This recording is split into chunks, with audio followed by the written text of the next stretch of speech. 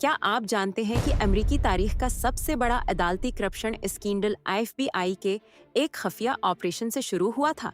1900 इसी से 87 तक फेडरल एजेंट्स ने शिकागो में करपट वकला और रिश्वतखोर बनकर काम किया। उन्होंने दरियाफ्त किया कि जजेस केसेस के नतायज बीच रहे थे। डीओआई से लेकर कत्ल तक हर जुर्म की कीमत मुकर्रर थी। जज जॉन मर्फी को छुपे हुए कैमरे में $10,000 रिश्वत लेते हुए पकड़ा गया। वो दूसरे अहदीदारों के साथ पैसे बांटने की बात कर रहा था।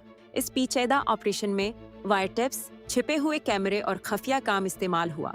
90 से ज्यादा लोग मुलव्वस थे, जिनमें 17 जजेस, 48 वकला, 8 पुलिस अफसरान और अदालती अमला शामिल था।